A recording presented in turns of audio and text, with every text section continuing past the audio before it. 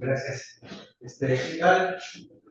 Me da mucho gusto estar acá. Estaba viendo yo que hacía 3 años fue cuando vine la primera vez, fue muy rápido, pues, la verdad.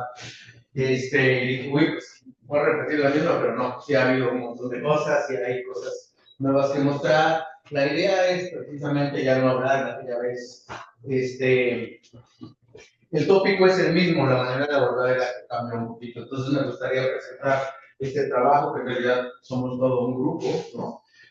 Tanto de gente de aquí, de Ciencias de la Computación, del CICESE, de la UABC y evidentemente de Astronomía, ¿vale? Entonces, esta es una colaboración que empezó hace algunos años atrás, pues 3 por lo menos, 4, no me acuerdo, pero que sigue, y la idea es precisamente tomar este pretexto para al final tratar de hablar un poco de modelos de aprendizaje en la astronomía y su rol que ahora tienen. Entonces, bueno, pues siempre me gusta empezar, pues al menos si vamos a trabajar, bueno, vamos a ver lo que son las estrellas, bueno, darle estructura un poquito, aunque sea un pasito más arriba en la escala, que sería la galaxia, y nosotros pues nos encontraríamos por acá en uno de los extremos de los brazos espirales, y bueno, la galaxia compuesta por gas y polvo, su región central, etc. ¿Vale? Entonces es la estructura que seguiría en escala para arriba, y no sigo más, pues porque acaba uno desviándose del tema. Ahora, ¿cómo hacemos para estudiar, digamos, las galaxias, las estrellas en lo general? Bueno, hay misiones espaciales que nos dan precisamente la información. Nosotros como astrónomos lo que buscamos, una de las cosas más simples es simplemente la cantidad de luz que recibimos de ellas. Y hay en particular una misión muy importante que se llama Gaia, y en la liberación de datos, el Data Release 3, que fue ya hace 8 años, si no me equivoco, habían observado 30 millones de estrellas. Y antes, para poner en perspectiva, estaba otra misión que se llamaba Epactos, que duró 10 años y produjo 800,000 estrellas observadas. No solamente varía la cantidad, sino sobre todo varía la calidad de datos que tenemos en una y otra. Por ejemplo, con esto se puede construir mapas de polvo a lo largo de lo que es el plano de la galaxia. Es decir, si la galaxia que mostraba hace rato la ponemos de canto, veríamos claramente cómo se agrupa el polvo en el plano galáctico. Y a altas latitudes no se encuentra. También nos permite caracterizar estrellas en el sentido de que podemos tratar de saber indirectamente de qué están hechas, y nos daríamos cuenta que las estrellas más rojas, lo que nosotros llamamos más rojas, están más ricas en metales, lo que se conoce como metal. Para la astronomía, metales es todo aquel elemento que sea más pesado que él. Entonces, y tenemos hidrógeno, helio, y todo lo que sigue para adelante, nosotros le llamamos metales.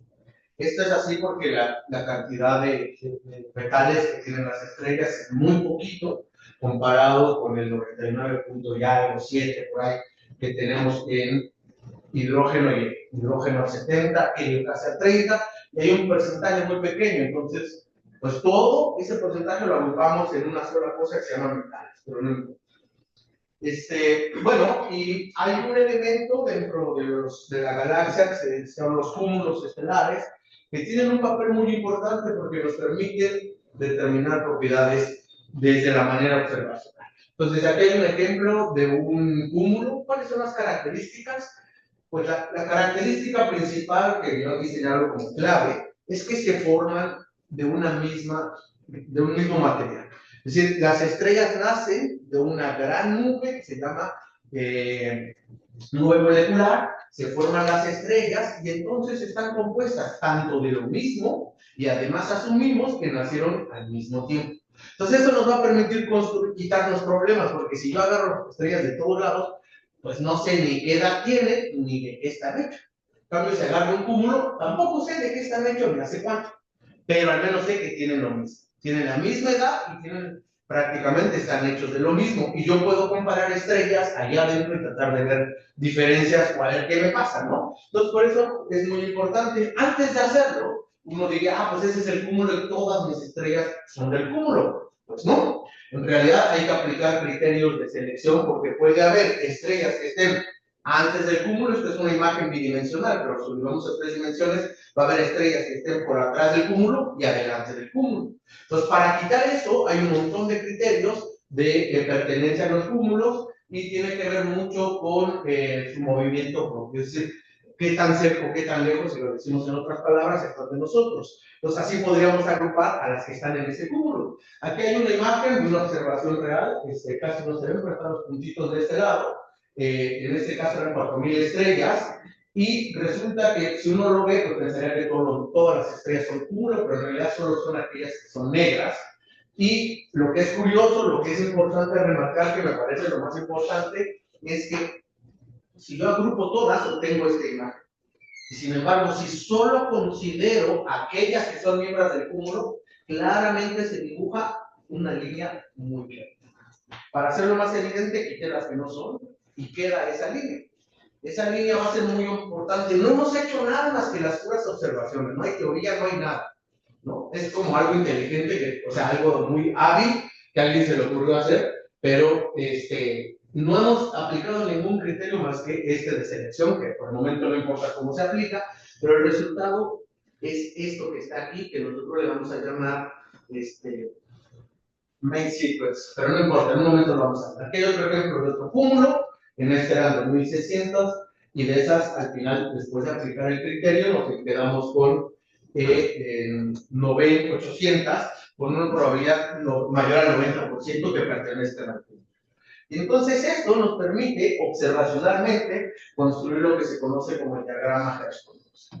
Esto es algo observacional, pues aquí ya hay un poco de teoría, hay que saber la distancia y un poquito más, pero lo que es importante es que esa línea que yo les estaba diciendo de los cúmulos anteriores en negro, ahora la podemos muy bien dibujar aquí. Y esto es lo que se conoce como el main sequence, y es ahí donde las estrellas van a pasar realmente el tiempo en que vivan mayoritariamente. Por ejemplo, una estrella como el Sol va a vivir 10.000 millones de años en main sequence y va a tardar unos pocos decenas de miles de años de llegar y va a tardar en salir, etcétera. Pero lo que nos importa, o lo que es muy importante, es que esta es la fase en la que, digamos, las estrellas están estables, no cambian casi de tamaño, no cambian de luminosidad, no cambian casi sus propiedades físicas son muy estables, mientras que todo lo que ven por fuera va a ser fases que están previas a la llegada a la main sequence o la salida a la main sequence. De hecho, usando los datos de la misión DATA que yo les mencionaba al principio de la plática, pues se construye muy bonito este diagrama que ya se ve al lado izquierdo, en el cual son meramente observaciones, ¿no? Es 2 colores y se marcan muy claramente cómo evolucionan. Y eso a nosotros ya nos dice cuáles estrellas son jóvenes, cuáles estrellas son viejas, cuáles están, en qué estado está la materia que los constituye. Estas son las que se llaman Whiteworth, o los productos finales de las estrellas de masas bajas. Estas son las gigantes, que es una fase evolutiva, y esta es la main sequence, ¿vale? Entonces, así es como más o menos se puede construir una primera imagen de lo que son las estrellas en sí. Y si lo vemos desde un punto de vista teórico, aquí, por ejemplo, en el diagrama HR, lo que sabemos es que estas estrellas están acumuladas donde esto es temperatura y esto es luminosidad. Y siempre decimos que para engañar está hecho al revés. La temperatura más fría está hacia el lado derecho y la más caliente está hacia la izquierda. Entonces, ¿por qué? Pues es algo extraño. Pero la historia es que aquí, en este diagrama, en esta línea, sabemos que estas estrellas son muy masivas, lo que se llaman de masa intermedia y baja, ¿vale? Tal que, por ejemplo, en ese main sequence, podemos nosotros saber que una estrella como el Sol estaría en esta posición si la cantidad de metales es la misma que tiene el Sol. Pero no todas las estrellas tienen la misma cantidad de metales. Hay otras que casi no tienen, ¿sí? Esto sería representado por la línea roja. Entonces, para una estrella de una masa, veríamos que si tiene poquitos metales es un poquito más caliente y un poquito más luminoso. Pues aquí ya empieza uno a combinar observaciones con teoría, ¿vale? Y eso lo vamos a tratar como un poquito de ir siempre en astronomía haciendo teoría comparado versus datos. Pero ¿qué podemos decir más allá de la main sequence? Es decir, lo que nosotros vamos a llamar, para nosotros, el main sequence es lo que se llama el nacimiento de una estrella, y una vez que sale es lo que llamamos la muerte de una estrella. Bueno, por este lado, es lo que les acabo de decir, estaba la nube molecular grandísima, que se empieza a contraer y se forman muchas estrellas, que dan en particular lugar a los cúmulos, y la estrella en ese diagrama HR se mueve de esta manera hasta llegar ahí al sequence. Todo esto pasa de una manera muy rápida comparado con lo que va a ser la main sequence, y cuando pasan 10.000 millones de años, por ejemplo, en el caso del Sol, pues después la estrella sale de la main sequence, hace todo este recorrido, empiezan a quemar elementos más pesados que el hidrógeno, lo que se llama ahí la rama horizontal, y después se va a su fase de gigante y finalmente pasa por la etapa de una nebulosa planetaria y finalmente se contrae y se hace muy chiquita hasta alcanzar lo que se conoce como una fuerza. Entonces esto sería el nacimiento, lo que daría el pie al nacimiento, y esta es la muerte de los estrellas, ¿vale? Entonces eso es más o menos lo que uno sabe, y podemos muy claramente hacer ya en teoría pues modelos muy detallados de qué es lo que le pasa y saber qué es lo que está pasando al interior de la estrella para poder explicar todo esto de manera teórica. Aquí, por ejemplo, hay un comparativo de lo que le pasa a las estrellas conforme su masa va aumentando. Lo que vemos es que las trayectorias son completamente distintas, ¿sí? Mientras que esta estrella, ¿sí?, empieza a aumentar un montón en luminosidad, ¿sí?, hasta llegar a este punto. Otras estrellas, como la de 10 masas, en realidad están mucho más arriba y su incremento en esta fase es mucho menor. Entonces, todas estas características, a nosotros, si podemos ubicarlas en un diagrama HR observacional, podríamos saber de qué tipo de estrellas estamos hablando, más o menos. ¿Vale? Ahora, el tema de investigación es las estrellas, pero de manera más particular nos interesamos a la cuestión de los campos magnéticos. ¿Qué pasa con los campos magnéticos de la estrella?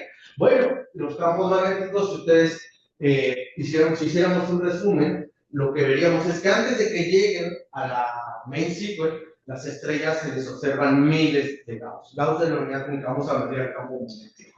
En la fase, digamos, que vive en la main sequence tiene un Gauss, y cuando empieza a salir puede alcanzar 100 Gauss en la fase de giganta roja, cercano a cero toda la fase de nebulosa planetaria, y alcanzar millones de Gauss en la fase de white dwarf. Entonces, claramente hay una evolución temporal del campo magnético, y eso es lo que uno busca como objetivo, entender cuál es el impacto del magnetismo en la evolución estelar. ¿Y cómo sabemos que las estrellas tienen un campo magnético? Bueno, pues la respuesta está en el Sol. El Sol es la estrella más cercana, una estrella muy particular además, porque tenemos resolución espacial, podemos ver a detalle la superficie, ¿sí? Y lo que veríamos, esta es una imagen de muy alta energía, de rayos X, y si ustedes ven los puntos brillantes aquí, se está debiendo a que el material en la superficie esos arquitos, no sé, espero que se alcancen a ver, hay unos arquitos aquí, ¿sí? Están detenidos por campo magnético, y los campos electromagnéticos, una de sus propiedades es que se reconectan. Al reconectarse, liberan material y sale acelerado rapidísimo, y como son cargas, las cargas al acelerar se radian. Entonces, por eso podemos ver esos arcos ahí, a muy luminosos, a rayos X. Otra manera, siempre es la misma imagen, lo único que estoy pasando es cambiar en qué rango de longitudes estoy viendo, pero es el mismo objeto. Ahora lo que estaríamos viendo es las capas superiores, por lo que se conoce como la corona, y si bien la temperatura del Sol en su superficie, lo que llamamos la fotosfera, es de 5000 grados, a nivel de la corona estamos en 1.000.000 de grados. Y esa sería la cara que veríamos del Sol si estuviéramos viendo esa capa o esa altura del Sol, lo que se conoce como la corona, ¿vale? Y ustedes ven un montón de estructuras y también un montón de regiones que, por cierto, coinciden con lo que se veía a otras intensidades mucho mayores, energéticas mucho mayores.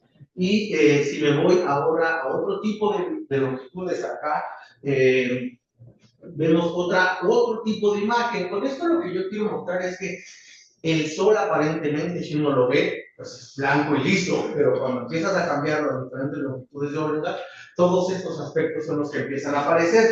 Y sobre todo, bueno, aquí hay otro, este es para identificar lo que son plasma, filamentos o prominencias, que son los arcos que les mostraba hace rato, pero vistos de frente. Entonces, si está en el límite, se vería como una cosa volando como esta, no sé si se alcanza a ver allá el contraste, y si lo veo de frente, se pueden ver estas regiones oscuras grandísimas, ¿no? Pero en todo caso, la región central es la que precisamente nos determina. Y no solamente las naves espaciales pueden observar, también pueden medir el campo magnético, y aquí lo estaríamos viendo en gris, es cuando no se alcanza a distinguir, y en blanco y negro son las polaridades positivas y negativas. Y si hiciéramos rápido un resumen, si ustedes se dan cuenta, toda la región brillante está asociada con precisamente esa región. Entonces, toda la actividad que hay en las estrellas está dominada por campos magnéticos. Y este es el Sol, como se vería, con su respectiva mancha solar, que tiene un ciclo de 11 años y cuando es muy activo se ven muchas manchas. Como lo veríamos en distintas luces, o si combinamos las imágenes que mostré, y el campo magnético. ¿Vale? Y nada más para mostrar esto sería cómo se vería un cachito de la superficie, lo que se conoce como la convección, y la parte central, que sería aquí, esta, es una concentración muy intensa de campo magnético. Mientras que estas células se llaman células convectivas, que es mucho lo mismo que pasa cuando hierven el agua. ¿Sí? Las burbujas llegan a la superficie y eso es exactamente lo que estarían viendo ahí. Bueno, ya se paró, pero eso sería lo que están viendo. Vean la escala de tiempo, estamos en minutos. En la esquina inferior derecha de la película, ahí se ve la escala de tiempo que eso contiene. Entonces tenemos esta dinámica a escala pequeña, pero también tenemos esta dinámica a escala mayor. Aquí casi vamos a ver 20 años de 20 días de rotación de la estrella, está rotando, y esta mancha que se ve en el lado izquierdo va a aparecer, porque esta es una imagen vista desde fuera, pero las naves espaciales pueden hacer zoom, y ahorita va a empezar a aparecer esa mancha, ¿no? Ahí se ve cómo se empieza a formar, ¿sí? Y ustedes ven cómo es la dinámica, no son estáticas, ¿vale? Entonces se forman y de hecho las manchas están relacionadas con intensas concentraciones de campo magnético que se ven más fría a contraste, por eso parecen estar negras, pero en realidad lo que pasa es que tiene una diferencia de 1000 grados o 2000 con respecto a la superficie. Entonces, a contraste se ve oscuro, pero no es que no haya luz ahí, es que se ve opacado por lo demás. Y ustedes ven toda la dinámica y aparecen y desaparecen manchas en pares, porque la polaridad de los campos magnéticos es que tú no puedes, una de las leyes de Maxwell es que tú no puedes tener monopolos magnéticos. Entonces, mucho de la dinámica de estas configuraciones electromagnéticas es que aparecen en pares. Entonces, muchas de las manchas que van a ver ahorita van a empezar a aparecer, van en pares. Son arcos que salen de uno y se conectan al otro, lo que llamamos los pies. ¿Vale? La región central se llama la umbra, y la región ahorita que se parece un poco más, esto lo más oscuro es la umbra, mientras que esto es la penumbra. Aquí los campos están completamente direccionados hacia afuera, mientras que en la penumbra los campos están acostados. Esa es la dirección que tienen los campos magnéticos. Esto lo hemos aprendido a lo largo ya ahora sí de muchos años, y evidentemente ha sido muchísimo detalle para llegar al Sol. Entonces, ya parece que estoy perdiéndome, pero no. Yo lo que quiero decir es que hay dinámica, ¿sí? En los campos magnéticos, que toda la actividad de las estrellas está regida por los campos y tienen un papel central. Bueno, eso es la superficie, pero adentro, ¿qué pasa? ¿Cómo sabemos que se generan o no se generan los campos magnéticos? Bueno, existe un efecto Riemann, que es convertir energía rotacional o cinética en magnética, pero aquí muestro un ejemplo porque de cómo está la estructura de una estrella como el Sol en el interior. Este es el núcleo, que es precisamente donde se llevan las reacciones nucleares. Es ahí donde la masa se transforma en energía y le da sustento a la estrella para que dure 10.000 millones de años, vía la fórmula de Einstein, E igual a mc al cuadrado, está transformando hidrógeno en helio. Todo eso está sucediendo en el núcleo, y mientras eso pase, la estrella vive en la médula. ¿Vale? Es cuando dijimos que ya estaba ahí, iba a estar tranquilita y no iba a cambiar. Y todo eso no significa que cada 11 años aparezca el ciclo magnético y desaparezca. Pero la idea es que está el núcleo, y luego una región que se llama la región radiativa, que lo que pasa ahí es que la energía se transmite principalmente por radiación. Dependiendo de las condiciones físicas, la energía se puede transferir por radiación o convección. Y esto, a nivel de la superficie, ya cuando llegamos veríamos una prominencia, las manchas, etcétera, la corona, todo lo que les acabo de comentar de las estrellas. Pero esta región de cuando se está quemando, recuerden que es la main sequence, ¿vale? Y de este lado vemos que no todas las estrellas tienen lo mismo.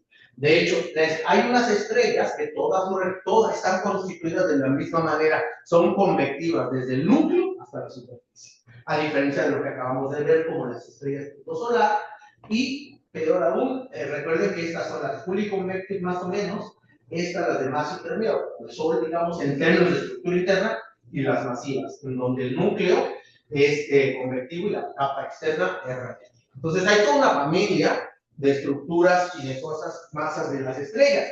Pero la pregunta era cómo conecto esto al magnetismo. Yo acabo de decir que en el Sol está bien estudiado y la explicación teórica en el caso del Sol es que es el efecto dínamo y es que sucede en la región de la tacoclina, que es donde la región convectiva, voy a regresar aquí, la convectiva y la radiativa se juntan.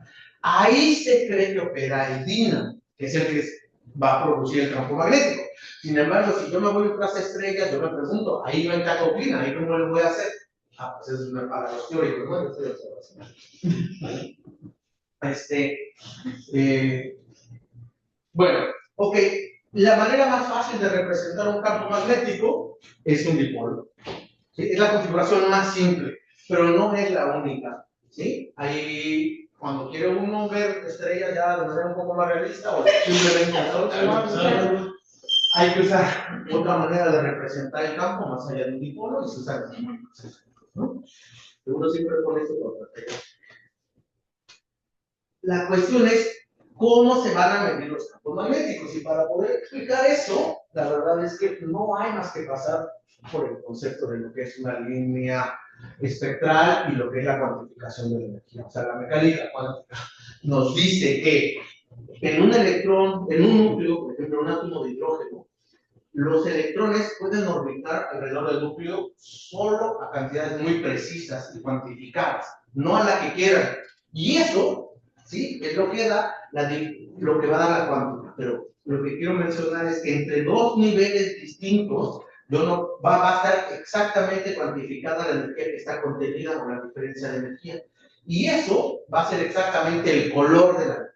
Entonces, si yo puedo ver una estrella y que pudiera ver, por ejemplo, eso que dice 656 nanómetros o 6500 amperes, que es lo mismo, entonces diré que el hidrógeno, que esa estrella tiene hidrógeno.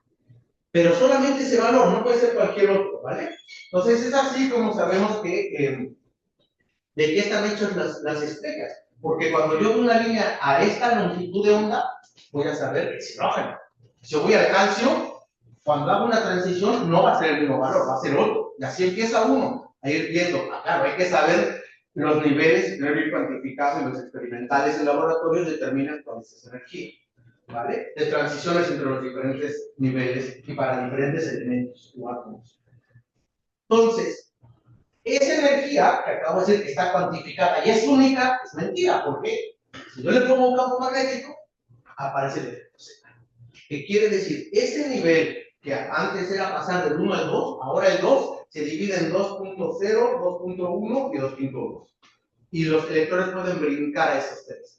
Y esa diferencia es lo que yo voy a buscar en mis observaciones. Todavía no sé cómo, pero yo sé que si yo pudiera saber esta diferencia, entonces puedo decir que es campo magnético y podría saber más cuánto es el campo magnético. ¿Vale? Entonces para allá voy ahora.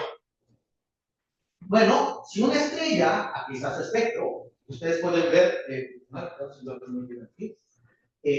aquí dice 4.000 y piquito, 4.300, casi 5.000. Fíjense que acá están 4.010, 4.000. Acuérdense que hay un factor de 10 entre las unidades de la izquierda y de la derecha.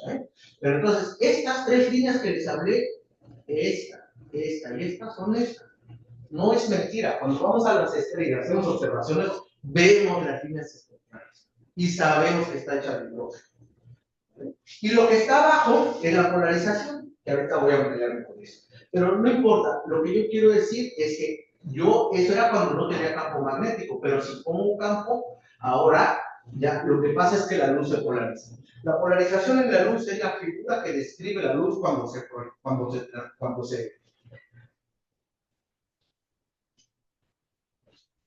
avanza hacia el fenómeno. ¿Sí? Entonces, en su trayectoria. La trayectoria que describe conforme se va propagando, ¿sí? Puede ser una línea, digamos en este plano, una línea inclinada o circular. Y eso va a dar a lo que se conoce los parámetros de Stokes, que puede ser cómo se describe o qué tanto de la línea de la luz está polarizada, y resulta que la proporción de luz que esté polarizada es proporcional al campo magnético, si es que ese es el agente que está induciendo la polarización, porque la polarización se puede inducir de muchas formas, ¿vale? Pero en este caso me concentro en esto. Y si yo veo una estrella magnética, ahora ya veo que la polarización existe en las líneas espectrales. Y de hecho, no sé si alcanzan a ver, hay como un 3 aquí, o sea, hay 3 cachitos, 3 picos, donde cada uno de ellos correspondería a cada uno de estos niveles. Y esto solamente en estrellas muy, muy intensas. Pero la que importa más es la de la polarización de abajo.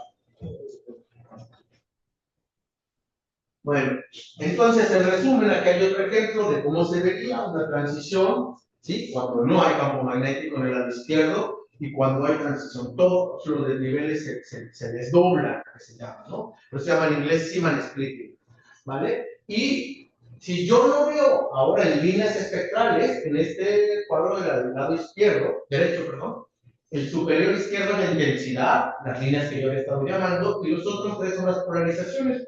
Y dense cuenta que este está en 1 y esto está en 0.08, o sea, es un orden de magnitud más abajo y este en 0.1, ¿vale? Aquí hay un ejemplo, aquí es lo mismo, aquí voy a ver unas líneas y voy a echar a andar el modelito y lo que estamos viendo es qué tan magnética es la estrella o no, y si es más magnética, pues la amplitud crece, si es menos magnética, esa amplitud o esa polarización crece. Ahí lo que estaría yo viendo en realidad es una estrella que está rotando y conforme va rotando, ¿sí? Lo que está haciendo es mostrar más o menos campo magnético según el ángulo en que yo la veo, ¿vale? Pero aquí lo que importa por ver es que el máximo, es que más bien que existe una modulación a lo largo del periodo de rotación de la estrella, ¿vale? No importa mucho el detalle. Cuando uno va a las observaciones, todo esto era lo que yo andaba buscando. Ahora, ¿cómo le hago las observaciones? Bueno, necesitamos espectrógrafos de lo que se conoce como muy alta resolución, ¿sí? Este es un ejemplo de uno de ellos. Aquí típicamente tenemos 250.000 puntos, longitud de onda, que sería el eje de la izquierda, donde no se nota, pero por eso está el zoom. Todas estas son líneas, ¿vale? Entonces cuando yo hago un zoom, empiezo a ver las distintas líneas. Esta sería la intensidad y esta en polarización. Y como no se ve nada, le vuelvo a hacer zoom y entonces ya empiezan a verse como cada línea tiene su respectiva polarización, ¿vale? No todas responden la misma amplitud. ¿Por qué? Porque hay una cosa que se va a llamar el factor de la D, o es decir, no todos los niveles tienen el mismo split. Unos van a tener más y otros menos. Eso es fenomenológico, no es teórico y se caracteriza por un valor que se llama el factor de la D. Pero no todas las estrellas son así de fáciles. Hay unas en las que cuando las observamos y les hacemos zoom, pues no se ve la polarización, porque si le damos zoom, no se ve. Entonces yo diría, vale, como no está polarizada, esa estrella no es magnética a comparación de la previa que yo vi, pero no. Más bien puede ser que la señal esté escondida por debajo del ruido, y eso es lo que pasa. Entonces lo que vamos a hacer, lo que vamos a aprovechar, es que yo tengo un montonal de líneas, montonal en todo este rango. Entonces las voy a sumar. Y un ruido blanco, cuando uno lo suma, ¿qué pasa? Pues tiende a cero, ¿no? Es un ruido blanco. Entonces la señal de ruido, lo que voy a hacer es aumentar la montonal. De hecho, va como el inverso de la raíz cuadrada del número de líneas que sume. Entonces, si yo tengo 10.000, pues voy a hacer que mínimo vaya 10, 20, 30, porque no es completamente así. La teoría es una y la práctica es otra. Pero 30, 40 veces más voy a ganar en señal. Y al final, con lo que me quedo no es más que con una línea promedio. Y esta es la prueba inequívoca que esa estrella que parecía no tener campo magnético, sí lo tiene. Y ahora ya tengo la comprobación observacional y me falta mucho. Yo voy sobre una pregunta. Esta es la fórmula, no importa, no me interesa. ¿Vale? Entonces, la teoría, ¿sí?, propone ciertas aproximaciones que nosotros queríamos evitar en un momento, y yo lo que quisiera es poder medir de esta línea promedio y de esta polarización promedio. Vean, el valor que está ahí es 5 por 10 a la menos 5 del porcentaje de la luz bien repolarizada. 5 por 10 a la menos 5. Por eso es que tenemos que sumar todas y alcanzamos ese nivel, ¿no? Y en un primer intento, yo me aproximé a Machine Learning, ya empecé a llegar al tema, no sabía cómo hacerlo, ¿no? Entonces, pues empecé a pelear y pelear con eso, hasta que finalmente, como el burro, sopló la flauta y dio. Y entonces me emocionó un montón y propusimos hacer estas de aquí y estas de acá de manera teórica y entrenar una red neuronal y modelos de machine learning. Hicimos un primer intento por allá del 2018, que era cómo tratar de determinar el campo magnético a partir de las observaciones que yo les acabo de mostrar anteriormente. ¿Vale? Era ojo, yo soy astrónomo, yo no vengo de ciencias de la computación, entonces yo estaba muy contento porque encontré ScienceT y había varios algoritmos y aprendí a usarlos, cosa que no era trivial para mí, y propusimos 3 modelos que funcionaban todos y hacíamos la comparativa, ¿no? Un regresor bayesiano, Super Vector Machine y una red neuronal, y cómo caía el RMS en función del número de multisigmas. Y yo no daba crédito, yo me fui para atrás, años y años queriéndolo hacer y de pronto era muy simple. Yo la primera vez creí que estaba mal el resultado, ¿no? Para los que no somos del área, es muy impactante verlo por primera vez. Bueno, ya casi me acabo de tiempo. Esta era la primera parte en la que yo quería darle mis observaciones y hacer un regresor y que él me diera el valor del campo magnético, ¿vale? Y pues bueno, funcionó, pero pues uno siempre quiere más. Ahora quiero reproducir el perfil de manera teórica. Eso ya es otro problema en términos de machine learning. O sea, en el primero el input era el multilíneas, el output era el escalar. Ahora yo quería el problema inverso. Yo te doy los parámetros libres teóricos y tú me das las líneas polarizadas y yo las comparo. Y entonces, claro, intenté y batallé y no pude y me paré. Y luego, bueno, ya empezamos una colaboración y resultó que sí se podía, pero que no sabía cómo. Y la respuesta vino a través de pues hacer redes más potentes. Yo hacía de A4 y no sabía cómo hacerlo, y en fin, ¿no? Los interpretaban, entonces, ¿qué es eso? Había que hacer un montón de cosas ahí que yo decía, pues bueno, le mueve, pero. Y no sabía cuantificar, no sabía un montón de cosas que pues ustedes son especialistas para que les platico. Entonces, al final encontramos que estos van a ser los parámetros libres que van a describir. Lo que estamos haciendo, y para no perderlos, es ahora, de manera teórica, voy a calcular de aquí a acá las 10.000 líneas, las voy a sumar y voy a producirme una línea teórica multilínea, como lo que está en este lado. Pero estoy calculando 6.000 angstroms, donde hay 10.000 líneas. Cada línea resuelve la ecuación de radiación y transferencia polarizada. Entonces, computacionalmente es excesivamente demandante. Por eso es que no tiene otra solución más que Machine Learning, ¿no? Entonces, ahora lo que yo quería era darle los parámetros del modelo magnético y que él me dé los perfiles de salida y eso compararlos con las observaciones. Aquí está la primera caracterización que se hizo, ¿sí? En el que, bueno, ustedes saben todo esto perfecto, ¿no? Habría que ver, pues, hacer el ajuste óptimo para el modelo, ¿vale? Y se hicieron un montón de pruebas, cosa que eso es lo que yo decía que yo no sabía. Y ahí cuando empieza la colaboración, y ya empezamos a ver, vale, ¿no? Así era como la onda. Entonces, pues había que escalar, comparar escaladores, cuáles eran buenos, el número de neuronas, el tamaño de la base de datos, etcétera. Y pues cuando ya estuvimos contentos, pues lo mandamos a publicación a la revista mexicana de cómputo, de astronomía, perdón. Y quería comentar que estamos pues, muy contentos porque esta revista está en el cuartil 2 en el campo Ya ha llegado a estar en el cuartil 1, pero es de las mejores que hay en Latinoamérica a nivel internacional. Y bueno, se está empujando últimamente mucho para que regrese al cuartil 1 esta revista. Es gratis, etcétera, ¿no? Y entonces lo mandamos ahí, nuestro primer estudio completo en el 2024, ¿vale? Pero no nada más había que entrenar la red, también había que mostrar que era lo suficientemente buena como para que yo le daba un set observacional y él me iba a regresar los parámetros correctamente. ¿Cómo se hace eso? Pues con pruebas controladas.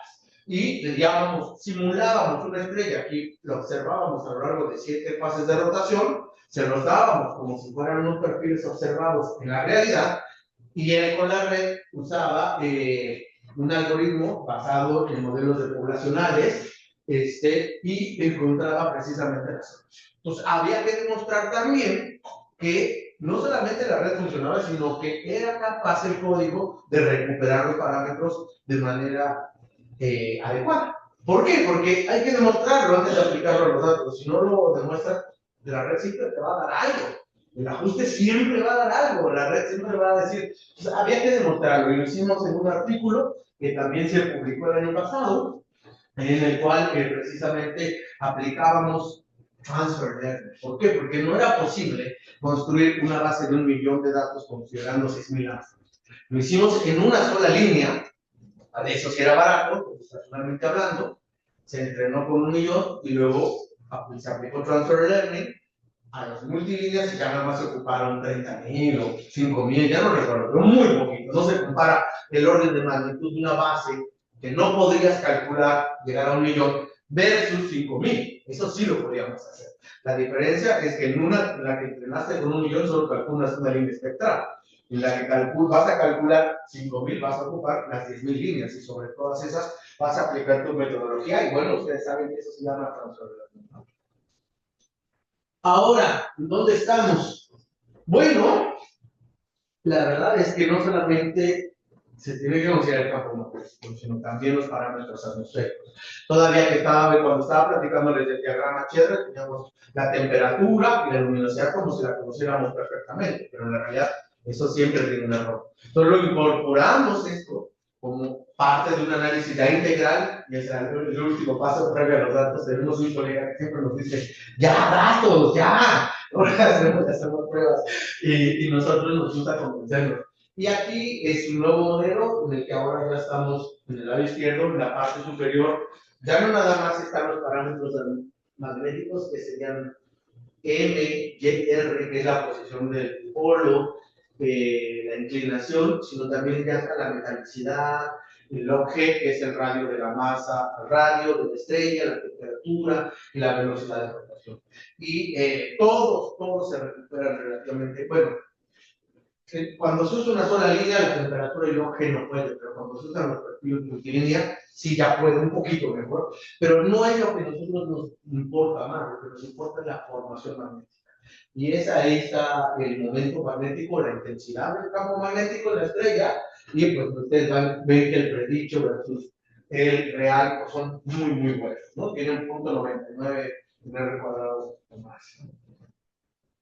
Entonces, usé este ejemplo del magnetismo como muestra de cómo establecer colaboraciones en distintas áreas, y en el caso del magnetismo estelar, pues me di un paseíto aquí, un poquito de detalle para construirlo, pero no nada más. Esto ha dado pie a otros proyectos. Por ejemplo, está Fastnet trabajando, un grupo de colegas de astronomía requería determinar los parámetros atmosféricos de otro tipo de espectros, y ahí, por ejemplo, es un modelo que no trabaja directamente con las líneas, sino que pasa por PCA, sacan un cierto número de componentes y con esas se entrena y luego reproduce, y luego volvemos a hacer el ajuste y se vuelven a determinar los parámetros. También ya se está trabajando, también continuamente será enviado.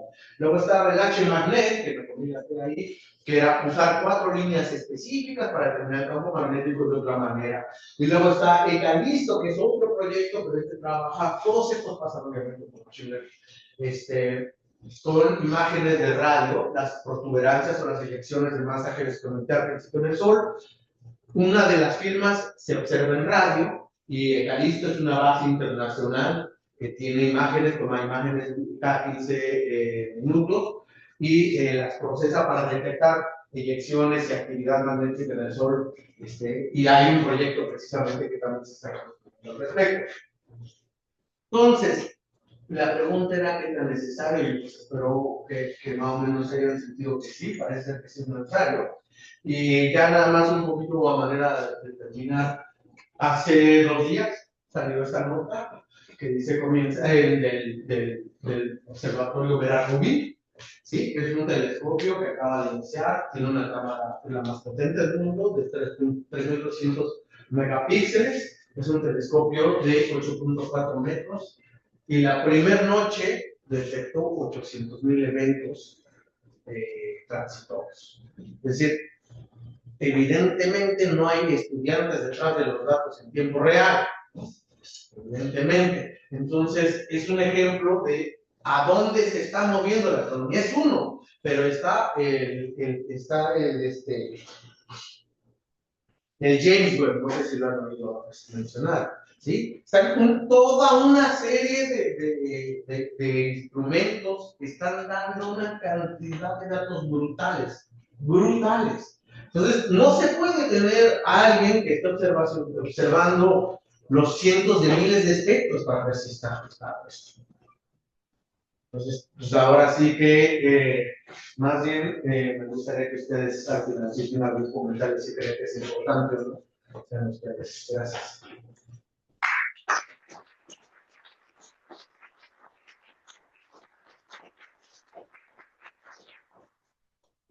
Muchas gracias por la presentación, fue muy interesante. Entonces vamos a dar inicio a la ronda de preguntas. Los que nos ven en línea pueden escribir su pregunta en el chat o a su micrófono. No sé si alguno de la sala tenga alguna pregunta para el doctor. Sí. Entonces, estos años que llevas trabajando en el área, desde estas primeras aproximaciones que hacías, que tenías buenos resultados, en todas has tenido colaboraciones interesantes. ¿Qué es más difícil que alguien con formación en física, astronomía, astrofísica, pueda entenderle a todo este mundo de modelos computacionales, o alguien que se forma en computación pueda aproximarse o entender el dominio del problema, en este caso astronómico? Híjole, es durísima la pregunta, pero no sé, yo creo que tendríamos que responder a varios, ¿no? Me gustaría, por ejemplo, Joan, has tratado los dos temas, Melissa, Juan, has tratado los dos temas. Es difícil saber cuál es más difícil. Muy, muy difícil, yo creo que híjole, para uno que no viene de ciencias de la computación, pues cuesta un montón. Y no sé qué les haya parecido a los de ciencias de la computación si van a otras áreas, no solo en astronomía, supongo que mantienen colaboraciones con biólogos o con lo que sea. Hay que salir del campo porque uno tiene la herramienta, pero falta el dominio de aplicación. Pues no sé realmente cuál sea. Todas las ciencias son muy complejas, ¿no? Pero bueno, esta en particular, pues por ejemplo, en el caso de esta colaboración, pues sí, o de cualquiera, pues sí se recomienda que uno se empape de tema. No importa si es de aquí para allá o de allá para acá. Eso es lo que importa, es que aprendas a mover un poquito, a saber de qué hablan, que no te hables en chino, ¿no? Al principio te van a hablar en chino, pero llega un día que ya empiezas a entender hasta la terminología que se usa, la manera, ¿no? Hasta la manera en que se presentan los resultados es muy distinta en cada año. Pero es difícil decir cuál es más. No sé, no creo que es muy personal de eso, quién sabe. Sí, pero si lo consideras necesario, es decir, ¿podrían ustedes, por ejemplo, por su cuenta, pues, tener esos alcances sin las colaboraciones? Porque es claro que si nosotros quisiéramos tomar un dataset que sea público, por supuesto lo vemos solo como datos, pero sin una guía, sin una interpretación. Es decir, la parte interdisciplinaria sí es clave, la consideras. Completamente, ¿no? Porque pues, la base de datos hay, ¿no? Cuando uno toma un curso desde fuera, por ejemplo, siempre dicen el costo de las casas en California. Creo que siempre les enseñan, que a mí me pasó, ¿no? Yo dije, ¿cuántas veces aquí? No importa eso, ¿ok? Bueno, yo no voy a contar ya, ¿no? Entonces, pero está bien el pretexto para entender de qué se trata, o sea, para proyectar. Pero ya si quieres explotar, pues no puedes solito. O sea, yo no soy de bienes raíces, yo quería aprender machine learning, por eso digo que vi ese video del costo de las casas en California. Y vale, yo no lo iba a agarrar para hacer, ¿cómo se llama? Bienes raíces, vender y compra. Lo mismo pasa con cualquier base de datos. Te pueden dar una base de datos, ahí está su Galaxy, que es abierta también. Hay un montón de bases que a ustedes les pueden servir como material. El mismo ECA listo, ha estado publicado por varios grupos que no explotan con los científicos. Ahí están los artículos, pero no están siendo explotados por la otra parte. Entonces pueden tener un modelo muy bueno, publicado, pero nadie lo está explotando. Y no saben qué hacer con los resultados. Entonces ahí es donde está la parte de la sinergia. No es un ejercicio académico, ¿no? La idea es precisamente una investigación. Yo creo que esa es la gran diferencia. Gracias. Yo tengo una pregunta Sí. sobre el modelo. Tengo la duda de qué tan robusto es. ¿Funciona para todos los tipos de estrellas, de todos los tamaños, todas las temperaturas? No, solo para unas. No, cada modelo, cada vez que se aplica Transfer Learning, es para una región, es un espacio pequeñito. O sea, digamos que en el diagrama Cherry, primero empezamos con una por estrella, primer ejemplo, pero ahorita ya estamos llegando por regiones chiquitas. Acá, para contestar a tu pregunta, déjame regresar al diagrama Cherry.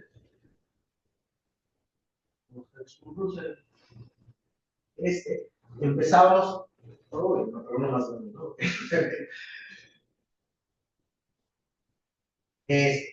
Empezamos con una sola estrella a una cierta temperatura y una cierta luminosidad y una cierta composición química, y todo era conocido, menos el control.